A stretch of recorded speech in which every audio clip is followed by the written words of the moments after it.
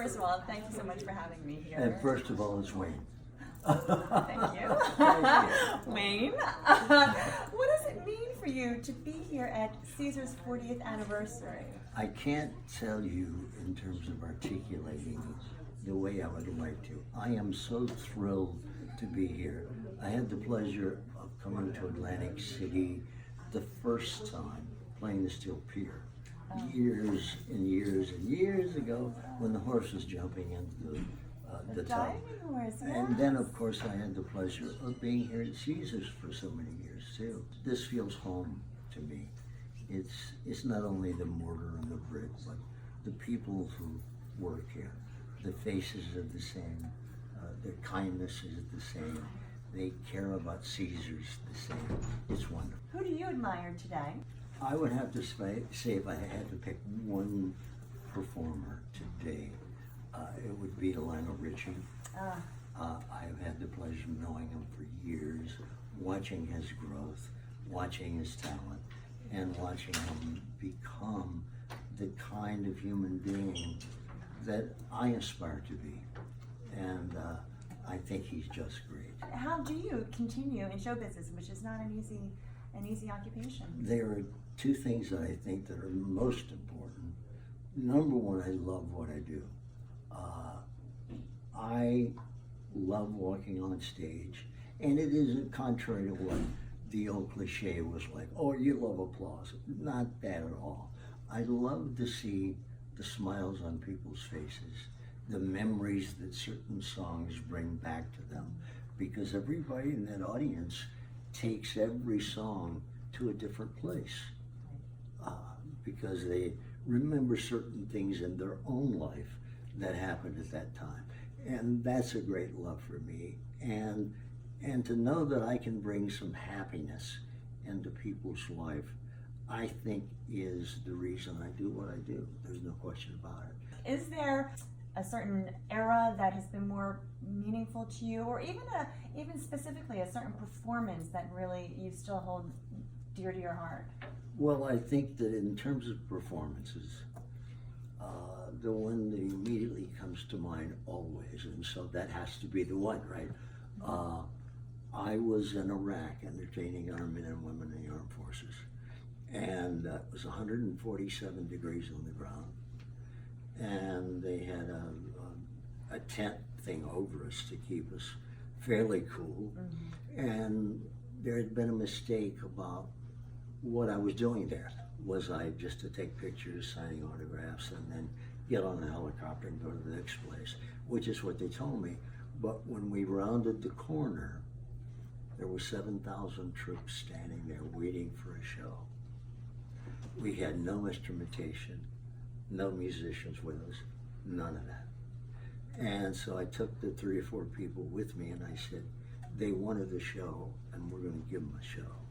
So I borrowed a guitar from one of the troops, and we borrowed a boombox so we have somewhat of a microphone. It occurred to me that the young man who loaned me his guitar probably was a singer also.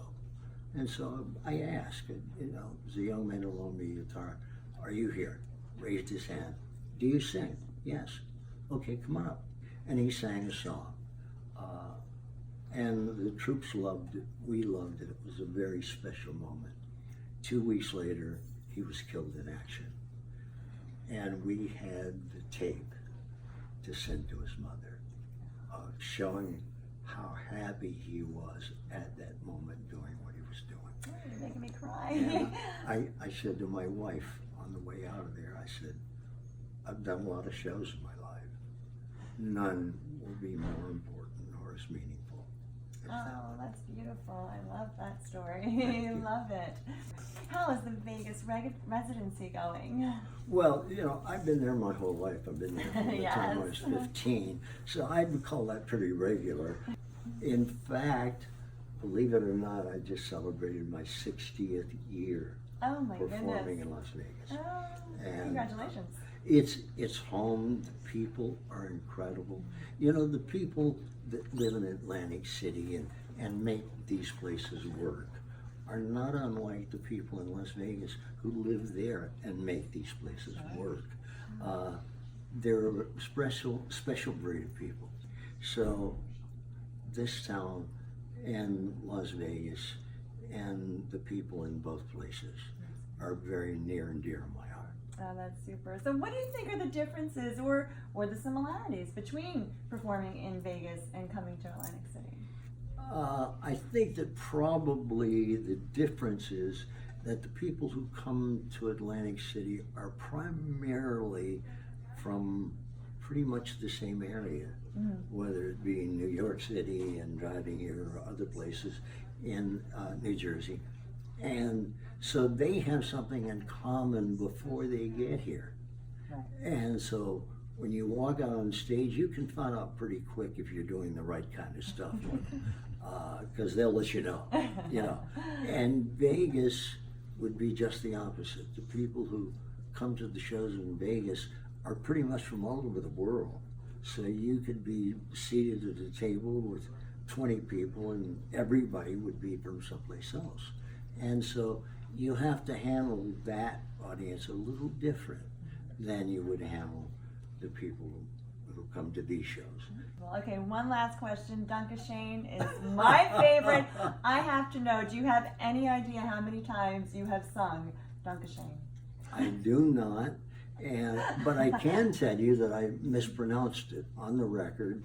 Did I mispronounce it? No, you did it just like the record. I was invited to Germany, Berlin.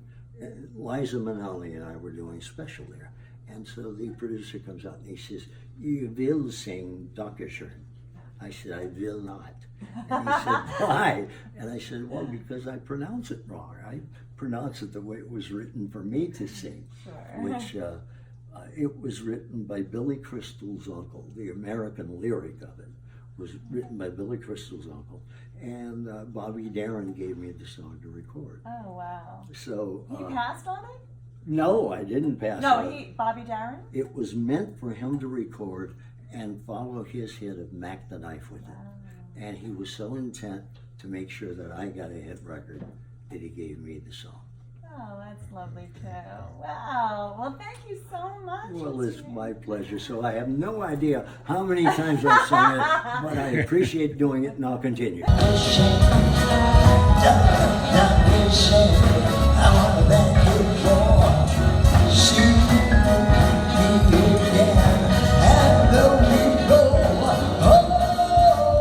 Separate ways, still always stays, always mine.